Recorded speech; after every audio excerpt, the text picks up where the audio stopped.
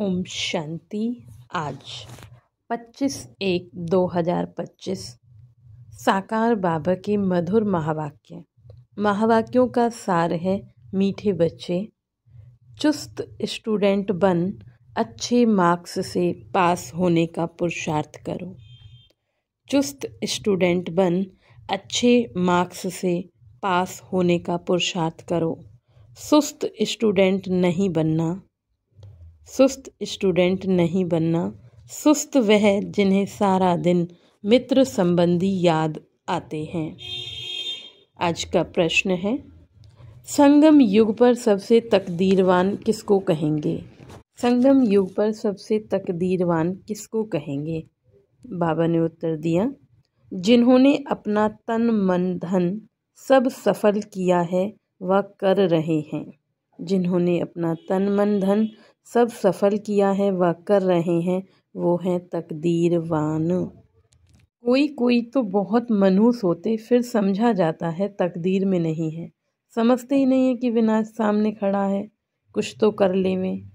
तकदीरवान बच्चे समझते हैं बाप अभी सम्मुख आया है, हम अपना सब कुछ सफल कर लेवे।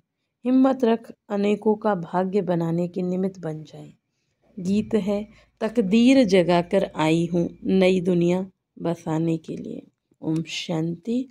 यह तो तुम बच्चे तकदीर बना रहे हो। गीता में श्री कृष्ण का नाम डाल दिया है और कहते हैं भगवानुवाच, मैं तुमको राजयोग सिखलाता हूँ।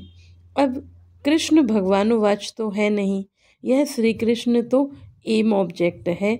फिर शिव भगवानुवाच कि मैं तुमको राजाओं का राजा बनाता हूँ, तो पहले जरूर प्रिंस प्रिंसेज होंगे। कृष्ण भगवानुवाच नहीं है, कृष्ण तो तुम बच्चों की एम ऑब्जेक्ट है। यह पाठशाला है, भगवान पढ़ाते हैं, तुम सब प्रिंस प्रिंसेज बनते हो। बाप कहते तुम बहुत जन्मों के अंत के भी अंत में, बाप कहते बहुत जन्मों के अंत के भी अंत में मैं तुमको यह ज्ञान सुनाता हूँ, फिर सो श्री कृष्ण बनने के लिए। इस पाठशाला का टीचर शिव बाबा है, श्री कृष्ण नहीं। शिव बाबा ही दैवी धर्म की स्थापना करते हैं। तुम बच्चे कहते हो हम आए हैं तकदीर बनाने। आत्मा जानती है हम परमपिता परमात्मा से अब तकदीर बनाने आए हैं। यह है प्रिंस प्रिंसेज बनने की तकदीर। राजयोग है ना। शिव बाबा द्वारा पहले पहले स्वर्ग के 2 पत्ते राधे कृष्ण निकलते हैं। यह जो चित्र बनाया है वह ठीक है, समझाने के लिए अच्छा है। गीता के ज्ञान से ही तकदीर बनती है। तकदीर जगी थी सो फिर फूट गई। बहुत जन्मों के अंत में तुम एकदम तमो प्रधान बैगर बन गए हो, अब फिर प्रिंस बनना है। पहले तो जरूर राधे कृष्ण ही बनेंगे, फिर उन्हों की भी राजधानी चलती है। सिर्फ एक तो नहीं होगा, स्वयंवर बाद श्री कृष्ण सो फिर लक्ष्मी नारायण बनते हैं। नर से नारायण व प्रिंस बनना एक ही बात है। तुम बच्चे जानते हो यह लक्ष्मी नारायण स्वर्ग के मालिक थे। जरूर संगम पर ही स्थापना हुई होगी, इसलिए संगम युग को पुरुषोत्तम युग कहा जाता है। आदि सनातन देवी देवता धर्म की स्थापना होती है, बाकी और सब धर्म विनाश हो जाएंगे। सतयुग में बरोबर एक ही धर्म था, वह हिस्ट्री ज्योग्राफी रिपीट जरूर होनी है। फिर से स्वर्ग की स्थापना होगी जिसमें लक्ष्मी नारायण का राज्य था, परिस्तान था, अभी तो कब्रिस्तान है। सब काम चिता पर बैठ भस्म हो गए हैं। सब काम चिता पर बैठ भस्म हो जाएंगे। सतयुग में तुम महल आदि बनाएंगे, ऐसे नहीं कि नीचे से कोई सोने की द्वारिका व लंका निकल आएगी। द्वारिका हो सकती है, लंका तो नहीं होगी। द्वारिका हो सकती है, लंका तो नहीं होगी। गोल्डन एज कहा जाता है राम राज्य को, सच्चा सोना था, वो सब लूट गया। तुम समझते हो भारत कितना धनवान था, अभी तो कंगाल है। कंगाल अक्षर लिखना कोई बुरी बात नहीं है, तुम समझा सकते हो। भारत में एक ही धर्म था, वहाँ और कोई धर्म नहीं था, और कोई धर्म हो नहीं सकता। कई कहते हैं ये कैसे हो सकता है, क्या सिर्फ देवी देवता ही होंगे? अनेक मत मतांतर हैं, एक न मिले दूसरे से। कितना वंडर है, कितने एक्टर्स हैं। अभी स्वर्ग की स्थापना हो रही है, हम स्वर्गवासी बनते हैं, यह याद रहे तो सदा हर्षित रहेंगे, तो सदा हर्षित मुख रहेंगे। तुम बच्चों को बहुत खुशी रहनी चाहिए। हमारी एम ऑब्जेक्ट तो ऊंच है ना, हम मनुष्य से देवता स्वर्गवासी बनते हैं। यह भी तुम ब्राह्मण ही जानते हो कि स्वर्ग की स्थापना हो रही है, यह भी सदैव याद रहना चाहिए। परंतु माया घड़ी घड़ी भुला देती है, तकदीर में नहीं है तो सुधरते ही नहीं है। झूठ बोलने की आदत आधा कल्प से पड़ी हुई है, वह निकलती नहीं है। झूठ को भी खजाना समझ रखते हैं, छोड़ते ही नहीं है। समझा जाता है इनकी तकदीर ऐसी है। बाप को तो याद करते नहीं, याद भी तब रहे जब पूरा ममत्व निकल जाए, सारी दुनिया से वैराग। मित्र संबंधियों आदि को देखते हुए जैसे देखते ही नहीं हैं, जानते हैं यह सब नरकवासी कब्रिस्तान है, ये सब खत्म हो जाने हैं, ये सब खत्म हो जाने हैं। अब हमको वापस घर जाना है, इसलिए सुखधाम शांति धाम को ही याद करते हैं। हम कल स्वर्गवासी थे, राज्य करते थे, वह गवा दिया है, फिर हम राज्य लेते हैं। बच्चे समझते हैं भक्ति मार्ग में माथा टेकना, पैसे बर्बाद करना, भक्ति मार्ग में कितना माथा टेकना, पैसे बर्बाद करना होता है। चिल्लाते रहते हैं, मिलता कुछ भी नहीं है। आत्मा पुकारती है, बाबा आओ सुख धाम ले चलो। सो भी जब अंत में बहुत दुख होता है तब याद करते हैं। तुम देखते हो अभी ये पुरानी दुनिया खत्म होनी है, अभी हमारा ये अंतिम जन्म है, इसमें हमको सारी नॉलेज मिली है, नॉलेज पूरी धारण करनी है। अर्थक्वेक आदि अचानक होती है ना, हिंदुस्तान पाकिस्तान के पार्टीशन में कितने मरे होंगे, तुम बच्चों को शुरू से लेकर अंत तक सब मालूम पड़ा है। बाकी जो रहा हुआ होगा वह भी मालूम पड़ता जाएगा। सिर्फ एक सोमनाथ का मंदिर सोने का नहीं होगा, और भी बहुतों के महल मंदिर आदि होंगे सोने के। फिर क्या होता है, कहाँ गुम हो जाते हैं? क्या अर्थक्वेक में ऐसे अंदर चले जाते हैं जो निकलते ही नहीं हैं, अंदर सड़ जाते हैं? क्या होता है आगे चलकर तुमको सब पता पड़ जाएगा। कहते हैं सोने की द्वारिका चली गई, अभी तुम कहेंगे ड्रामा में वह नीचे चली गई, फिर चक्र फिरेगा तो ऊपर आएगी, सो भी फिर से बनानी होगी। यह चक्र बुद्धि में सिमरन करते बड़ी खुशी रहनी चाहिए। यह चित्र तो पॉकेट में रख देना चाहिए। यह बैच बहुत सर्विस लायक है, परंतु इतनी सर्विस कोई करते नहीं है। तुम बच्चे ट्रेन में भी बहुत सर्विस कर सकते हो, परंतु कोई भी कभी समाचार लिखते नहीं है कि ट्रेन में क्या सर्विस की। थर्ड क्लास में भी सर्विस हो सकती है। जिन्होंने कल पहले समझा है, जो मनुष्य से देवता बने हैं वही बनेंगे। मनुष्य से देवता गाया जाता है, ऐसे नहीं कहेंगे कि मनुष्य से क्रिश्चियन व मनुष्य से सिख नहीं। मनुष्य से देवता बने, अर्थात आदि सनातन देवी देवता धर्म की स्थापना हुई। बाकी सब अपने अपने धर्म में चले गए।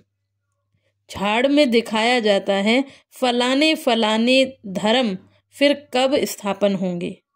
देवताएं हिंदू बन गए, हिंदू से फिर और धर्म में कन्वर्ट हो गए।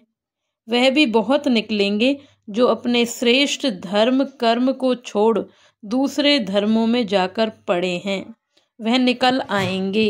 पीछे थोड़ा समझेंगे, प्रजा में आ जाएंगे। देवी देवता धर्म में सब थोड़े ही आएंगे, सब अपने अपने सेक्शन में चले जाएंगे। तुम्हारी बुद्धि में ये सब बातें हैं। दुनिया में क्या क्या करते रहते हैं, अनाज के लिए कितना प्रबंध करते, बड़ी बड़ी मशीनें लगाते, होता कुछ भी नहीं है। सृष्टि को तमोप्रधान बनना ही है, सीढ़ी नीचे उतरनी ही है। ड्रामा में जो नूद है वह होता रहता है, फिर नई दुनिया की स्थापना होनी ही है। साइंस जो अभी सीख रहे हैं थोड़े वर्षों में बहुत होशियार हो जाएंगे, जिससे फिर वहाँ बहुत अच्छी अच्छी चीज़ें बनेंगी। यह साइंस वहाँ सुख देने वाली होगी। यहाँ दुख तो, बाबा कहते, यहाँ सुख तो थोड़ा है, दुख बहुत है। इस साइंस को निकले कितने वर्ष हुए? लगभग 100-150 वर्ष। आगे तो यह बिजली, गैस आदि कुछ भी नहीं था। अभी तो देखो क्या क्या हो गया है। वहाँ तो फिर सीखे सिखाए चलेंगे ना, जल्दी जल्दी काम होता जाएगा। यहाँ भी देखो मकान कैसे बनते हैं, सब कुछ रेडी रहता है, कितनी मंजिल बनाते हैं। वहाँ ऐसे नहीं होगा। वहाँ तो सबको अपनी अपनी खेती होती है, टैक्स आदि कुछ भी नहीं भरना पड़ेगा। वहाँ तो अथाह धन होता है, जमीन भी ढेर होती है। नदियाँ तो सब होंगी, बाकी नाले नहीं होंगे जो बाद में खोदे जाते हैं। बच्चों को अंदर में कितनी खुशी रहनी चाहिए। हमको डबल इंजन मिली हुई है, पहाड़ी पर ट्रेन को डबल इंजन मिलती है। तुम बच्चे भी उंगली देते हो ना। तुम हो कितने थोड़े, तुम्हारी महिमा भी गाई हुई है। तुम जानते हो हम खुदाई खिदमतगार हैं, श्रीमत पर खिदमत अर्थात सेवा कर रहे हैं। बाबा भी खिदमत करने आए हैं।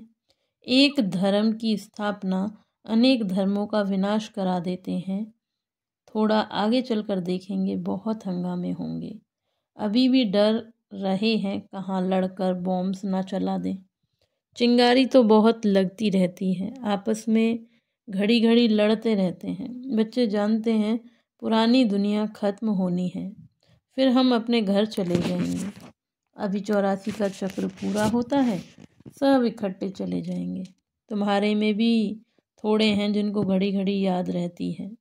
ड्रामा अनुसार चुस्त और सुस्त दोनों ही प्रकार के स्टूडेंट हैं। चुस्त स्टूडेंट अच्छी मार्क्स से पास हो जाते हैं। सुस्त जो होगा उनको तो सारा दिन लड़ना झगड़ना ही होता है, वो बाप को याद नहीं करते। सारा दिन मित्र संबंधी याद आते रहते हैं। यहाँ तो सब कुछ भूल जाना, हम आत्मा हैं, यह शरीर रूपी दुम लटका हुआ है। हम कर्मातीत अवस्था को पालेंगे, फिर ये दुम छूट जाएगा। यही फिक्र है, कर्मातीत अवस्था हो जाए, यह शरीर खत्म हो जाए, हम श्याम से सुंदर बन जाएं। मेहनत तो करनी है ना।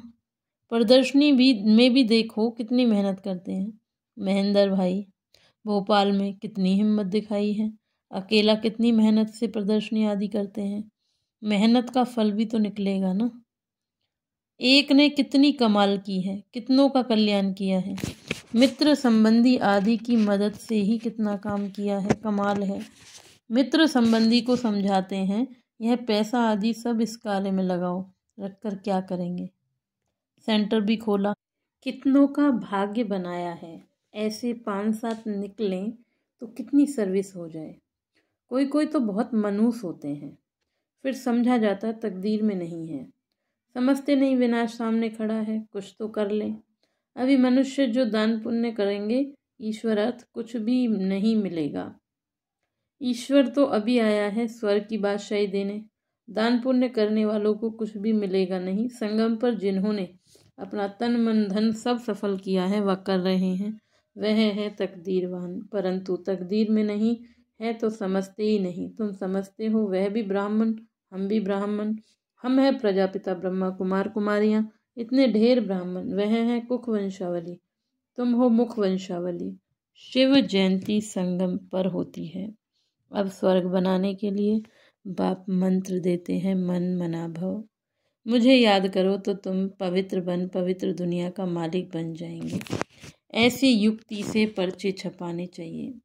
दुनिया में मरते तो बहुत हैं, जहाँ भी कोई मरे तो वहाँ पर्चे बांटने चाहिए। बाप जब आते हैं तभी पुरानी दुनिया का विनाश होता है और उसके बाद स्वर्ग के द्वार खुलते हैं। अगर कोई सुखधाम चलना चाहे तो यह मंत्र है, मन मना भव।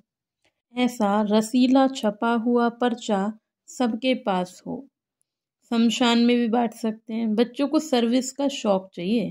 सर्विस की युक्तियाँ तो बहुत बतलाते हैं। यह तो अच्छी रीति लिख देना चाहिए। एम ऑब्जेक्ट तो लिखा हुआ है। समझाने की बड़ी मीठी अच्छी युक्ति चाहिए। अच्छा मीठे मीठे सिकीला दे। बच्चों प्रति माता पिता बाप दादा का याद प्यार और गुड मॉर्निंग।